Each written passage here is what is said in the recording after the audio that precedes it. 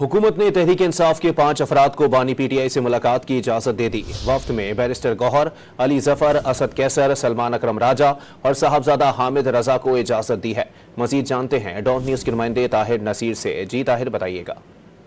जी बिल्कुल, देखिए आज बानी पीटीआई से पाकिस्तान तहरीक इंसाफ की क़यादत में मुलाकात करनी थी और इस हवाले से बानी पीटीआई को सुबह 6 बजे ही सेंट्रल जेल अडयाला में जेल हुकाम ने आगाह किया था। ताहम 8 बजे का वक्त मुकर्रर था, फिर 9 बजे का वक्त मुकर्रर। अब तहरीक इंसाफ ने 5 अफराद के लिए बानी पीटीआई से मुलाकात की इजाजत मांगी है। जराये का ये कहना है कि हुकूमत ने तहरीक इंसाफ के 5 अफराद को बानी पीटीआई से मुलाकात की इजाजत दे दी है।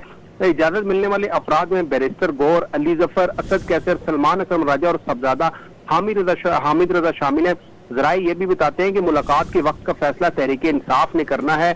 इल्तवा या ताखीर की जिम्मेदारी तहरीक इंसाफ पर होगी। ताहम अभी तक कोई भी क़यादत या कोई भी रहनुमा सेंट्रल जेल अडयाला के बाहर नहीं पहुंचा जिन्होंने बानी पीटीआई से आज मुलाकात करनी है। जी बहुत शुक्रिया ताहिर।